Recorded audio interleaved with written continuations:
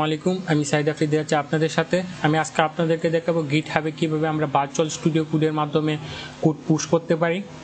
এবং virtual studio কোডের মাধ্যমে গিটহাবে কোড পুশ করার জন্য আমাদের একটি সফটওয়্যার ডাউনলোড করতে হবে, সেটি হলো গিট সফটওয়্যারটির মাধ্যমে আমরা কিভাবে ইউজ করতে পারি।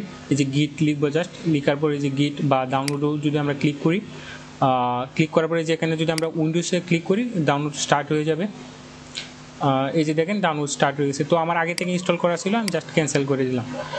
এবং আপনার গিট যে পারফেক্টলি কাজ করবে সেটি চেক করার জন্য আপনি উইন্ডোজে যাবেন, যাওয়ার পরে লিখবেন গিট, লিখার পরে যে গিট সিএমডি আসবে, এটা রাইট বাটনে ক্লিক করে রান অ্যাজ অ্যাডমিনিস্ট্রেটর ইয়েস লিখার পরে এখানে জাস্ট লিখবেন গিট স্পেস ড্যাশ ভার্সন।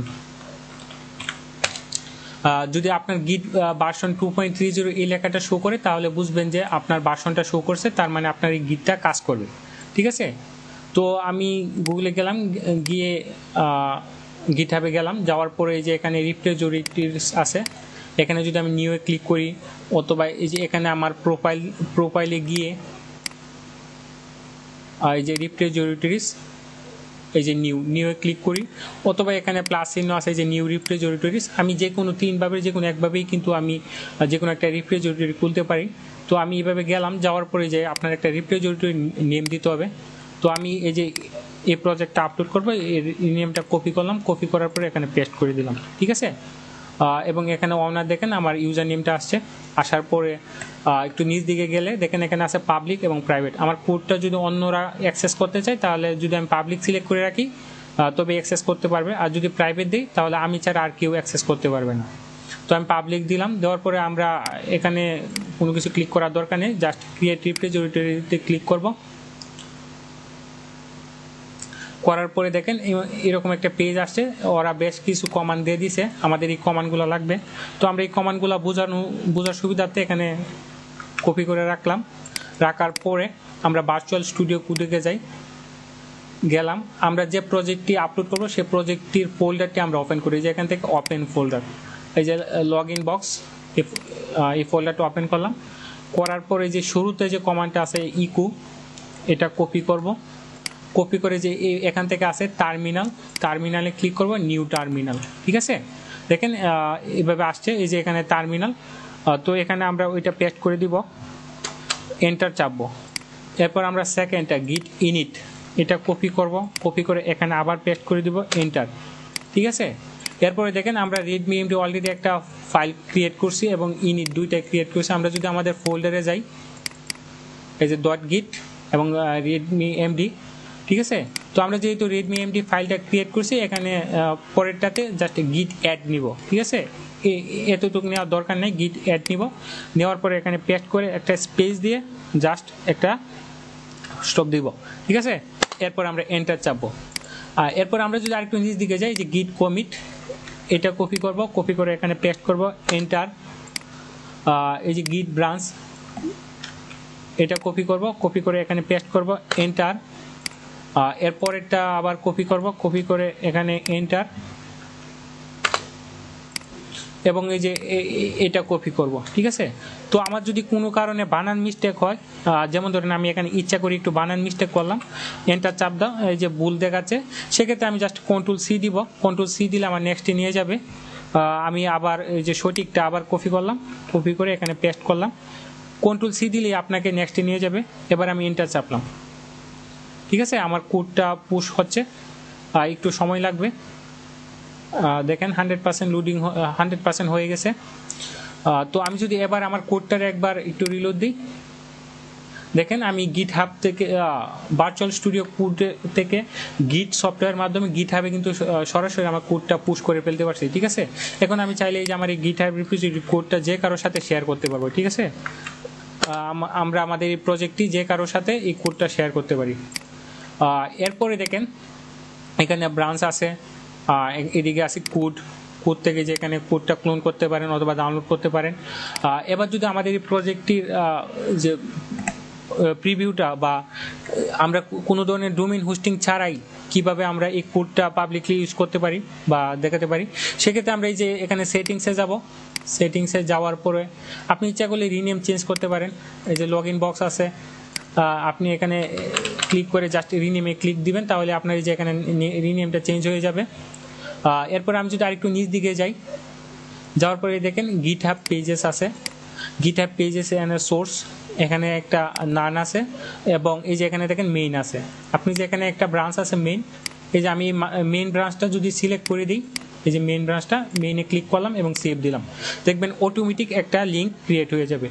অর্থাৎ কোনো ধরনের ডোমেইন হোস্টিং ছাড়া জাস্ট গিটহাবের মাধ্যমে আমরা একটি প্রজেক্ট রাখতে পারি, ঠিক আছে।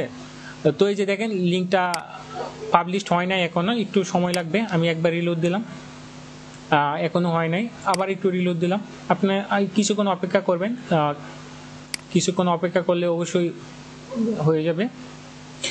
আমরা আরেকটু অপেক্ষা করে এবার একটু রিলোড দিই, এখনো হয়নি, ঠিক আছে। দেখেন একটা লিঙ্ক ক্রিয়েট হয়ে গেছে এবং একটা টিক মার্ক আছে যে ইউর সাইট ইজ পাবলিশড। তো আমি এই লিঙ্কে যদি ক্লিক করি, দেখেন আমার কিন্তু কোনো ধরনের ডোমেইন হোস্টিং ছাড়াই কিন্তু আমি গিটহাবের মাধ্যমে একটা প্রজেক্ট আপলোড করে ফেলতে পারছি, ঠিক আছে, এবং পাবলিকলি। আপনারা এখানে একটা জিনিস দেখেন যে এখানে যদি কোডটা কাজ না করে কোনো কারণে, বা এই যে এই লিঙ্কটা কোনো কারণে যদি এভাবে ক্লিক করার পরে কাজ না করে, তাহলে এই কোডের শেষে জাস্ট index.html লিখে দিবেন, ঠিক আছে। যদি কাজ না করে, আমারটা কিন্তু কাজ করছে, যদি কোনো কারণে আপনারটা মিসিং হয়ে যায়, এখানে ক্লিক করে যার শেষে আপনি যে HTML ফাইলটা নিলেন, এই যে HTML ফাইলটা নিলেন, এই যে HTML এর যে রিনেমটা দিলেন যে index.html, বা আপনি অন্য কিছু দিতে পারেন যে delete.html বা edit.html, আপনি যে কোনো নামই দেন না কেন, জাস্ট এটা কপি করে এখানে যে লিঙ্কের শেষে দিয়ে দিবেন, ঠিক আছে, যদি আপনার এটা কাজ না করে। তো আমি কোন ধরনের ডোমেইন হোস্টিং ছাড়াই কিন্তু এটা যে কারোর সাথে শেয়ার করতে পারি। যে লিঙ্কটা কপি করলাম, আপনি যে কারোর সাথে এটা শেয়ার করতে পারেন। তো এই লিঙ্কটা আমি আমার প্রোফাইলে দিয়ে দিতে পারি, যে অ্যাবাউট, এখানে সেটিংসে গিয়ে সামনে দিয়ে দিলাম, যেন কেউ যে সহজেই যে কেউ দেখতে পারে যে কেমন হতে পারে এই প্রজেক্টে। এই যে এখানে জাস্ট ক্লিক দিলেই আপনার এই যে প্রিভিউটা দেখায় দিবে, ঠিক আছে। তো আমি কোড পুশ করলাম, ঠিক আছে। কোড পুশ করার পরে আমার মনে হলো যে আমার কোডটা একটু এডিট করা দরকার, বা যে কোনো একটা সমস্যা হয়েছে, ঠিক আছে। সেক্ষেত্রে আমি কি করব, সেক্ষেত্রে আমি আবার ভার্চুয়াল স্টুডিওতে যাব, যাওয়ার পরে আমি এখানে একটু কোড চেঞ্জ করি, S1 নিলাম, লরেম ইপসম লিখলাম, দেখার পরে আমি কোডটা কয়েকবার কপি করলাম। এখন যদি আমি সেভ দেই, সেভ দিয়ে আমি যদি এই যে এখানে index.html এ গেলাম, যাওয়ার পরে দেখেন আমার কিন্তু S1 গুলো আসে নাই, ঠিক আছে। তে আমি এগুলা কিভাবে পুশ করব, এখানে আপনার 3টা কমান্ড ইউজ করতে হবে, যে আমি শুরুতেই রাখছিলাম। তো এখানে আপনার 3টা কমান্ড হলো যে git add, git commit m এবং git push, ঠিক আছে। তো এই যে আমি শুরুতে নিলাম git add, এই 3টা কমান্ড লাগবে যখন আপনি কোড এডিট করবেন। git add লিখে স্পেস দিয়ে একটা স্টপ দিবেন এবং এন্টার চাপবেন, ঠিক আছে। আবার যাবেন, যাওয়ার পরে যে git commit এটা কপি করবেন, কপি করার পর আপনি যদি এখানে ফার্স্ট কমিট এটা যদি চেঞ্জ করতে চান, জাস্ট কিবোর্ডের লেফট রাইটে ক্লিক করবেন। হ্যাঁ, আমি এখানে চেঞ্জ করে দিলাম, যা ইচ্ছা তা লিখলাম। আপনার অবশ্যই ডাবল কোটেশনের ভিতরে থাকতে হবে, এন্টার চাপলাম এবং জাস্ট প্রথমে কিন্তু আমরা গিট পুশ -u লিখছি, যখন এডিট করবেন জাস্ট গিট পুশ দিবেন, ঠিক আছে। এবার যদি আমি এন্টার চাপ দিই, জাস্ট এই 3টা কমান্ডের মাধ্যমে কিন্তু আমি এই কোডটাও গিটহাবে পাঠিয়ে দিতে পারবো, ঠিক আছে। এবার যদি আমি একটু রিলোড করি, দেখেন আমার S1 গুলা কিন্তু গিটহাবে চলে গেছে। আমি যদি আরো নতুন কিছু অ্যাড করতে চাই, যেমন ধরেন আমি একটা বাটন নিলাম, লরেম ইপসম নিলাম, সেভ করলাম, দেখেন আমার বাটনগুলা কিন্তু যায় নাই, ঠিক আছে, এবং এই S1 গুলাও কিন্তু যায় নাই। সেক্ষেত্রে আমি আবার কি করব, জাস্ট গিট অ্যাড নিব,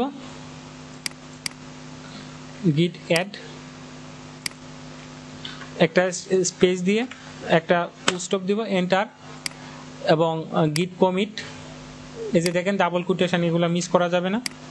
এরপর আবার কন্ট্রোল বি দিয়ে পেস্ট করব এবং সর্বশেষ গিট পুশ ক্লিক করব, কপি করে নিয়ে এখানে এন্টার চাপবো, ঠিক আছে।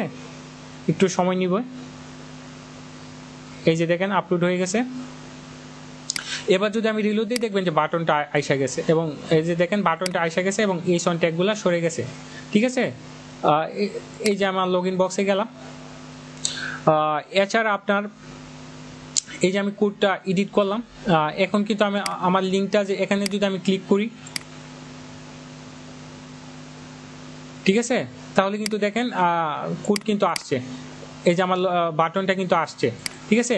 কোনো কারণে যদি আপনার বাটনটা মিসিং হয়ে যায় তাহলে আবার একটু এই যে সেটিংসে যাবেন, লাইভ প্রিভিউতে, লাইভ প্রিভিউ লিঙ্কটা চেঞ্জ করার জন্য এই যে এখান থেকে এই যে ব্রাঞ্চটা একটু একবার নাম দিবেন, সেভ দিবেন, সেভ দিয়ে আবার একটু এই যে নাম থেকে আবার মেইনে দিয়ে দিবেন, দিয়ে আবার সেভ করবেন, ঠিক আছে। তাহলে আবার লিঙ্কটা একটু চেঞ্জ হয়ে যাবে, আমরা একটু অপেক্ষা করলেই দেখতে পাবো যে লিঙ্কটা চেঞ্জ হয়ে গেছে, ঠিক আছে।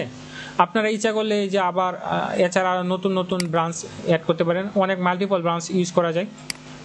এই যে আমি রিপ্রেজেন্টেটিভে গেলাম, যাওয়ার পরে এই যে লগ ইন বক্স, এই যে দেখেন একটা ব্রাঞ্চ মেইন, এই যে একটা ব্রাঞ্চ মেইন। আমি যদি অন্য আরেকটা ব্রাঞ্চ খুলতে চাই, যেমন ধরেন GitHub পেজেস নামে একটা ব্রাঞ্চ খুললাম, জাস্ট এন্টার ক্লিক করব, ঠিক আছে। দেখেন GitHub পেজেস এখন কিন্তু দুইটা ব্রাঞ্চ। আমি যদি আমার ইয়েতে আসে, এখানে একবার একটু রিলোড দিই, দেখবেন যে আমার GitHub পেজেস ব্রাঞ্চটা এখানে শো করবে, যে GitHub পেজ। আপনি ইচ্ছা করলে GitHub পেজ ব্রাঞ্চটাও শো করাতে পারেন। আবার যদি GitHub পেজ এই ব্রাঞ্চটা ডিলিট করে দিতেছেন, এই যে ভিউ অল ব্রাঞ্চে যাবেন, যাওয়ার পরে এই যে এখানে ডিলিট আইকন আছে, এই যে GitHub পেজেস, এখানে ডিলিট আইকনে ক্লিক করে একবার রিলোড দিতে পারেন। দেওয়ার পরে এই যে লগ ইন বক্সে গেলাম, দেখেন আমার GitHub পেজটা ডিলিট হয়ে গেছে, ব্রাঞ্চটা, ঠিক আছে। এবং সর্বশেষ আমি যদি এই প্রজেক্টটি কোনো কারণে ডিলিট করে দিতে চাই, এই যে এখানে সেটিংসে যাব, আবার সেটিংসে যাওয়ার পরে নিচ দিকে যাব, যাওয়ার পরে যে ডেঞ্জার জোন, এখানে যে ডিলিট দিস রিপোজিটরি, ডিলিটে যাব, যাওয়ার পরে যে ওরা বলে দিচ্ছে প্লিজ টাইপ, এই যে এটা টাইপ করতে বলছে বোল্ড আকারে, ওরা বলে দিছে। এখানে Ctrl+C দিয়ে কপি করে জাস্ট Ctrl+V দিয়ে পেস্ট করে এখানে ক্লিক দিব, ঠিক আছে। তো আমরা কিন্তু খুব সহজেই ভার্চুয়াল স্টুডিও কোড দিয়ে গিট সফটওয়্যারের মাধ্যমে GitHub-এ কিন্তু কোড পুশ করতে পারছি। তো আশা করি বুঝতে পারছেন। অসংখ্য ধন্যবাদ যারা ভিডিওটা দেখছেন।